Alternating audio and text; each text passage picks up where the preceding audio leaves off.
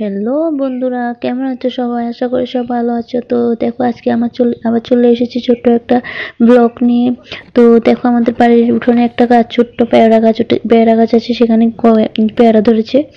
দেখো তো, অনেক বৃষ্টি হচ্ছে আজকে, কয়েকদিন ধরে বৃষ্টি লেগে আছে। তো আমাদের বাড়ির পাশে একটা ছোট্ট নদী আছে, নদীতে অনেক জল উঠেছিল, পুরো রাস্তা ডুবে গিয়েছিল।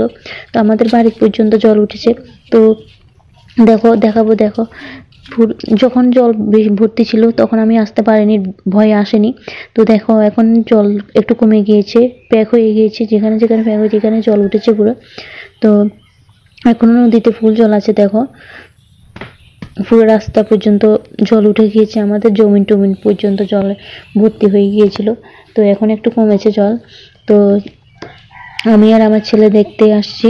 আমার ছেলে অনেকক্ষণ থেকে বাহানা করছে, মা চলো নদীতে একটু দেখে আসি, জল দেখবো। তো আমি ভয়ে আসিনি, যে জল উঠেছিল। তো এখন একটু কমেছে, তাই এসেছি দেখার জন্য। তো দেখো, আমাদের বাড়ির জমিনের জন্য জল উঠে গিয়েছে। আমাদের বাড়ির নিচে একটা জমিন ছিল বড়, সেখানে আমরা সবজি টবজি লাগাই, আমার হাজবেন্ডটা লাগায়। তো এখন বৃষ্টির জন্য কিছু লাগাইনি, সব খের উঠে পড়ে রয়েছে। তো দেখো, জমিনে জল জল উঠেছে। তো অনেকদিন ধরে বৃষ্টি লেগে আছে, ঘর দুয়ার তো কি বলবো, একদম বৃষ্টি হয়ে গিয়েছে। তো আজকে একটু উঠানটাকে ঝাড় দিচ্ছি। তো অনেক বৃষ্টি হয়েছে, তাই পুকুর থেকে মাছ যাচ্ছিল।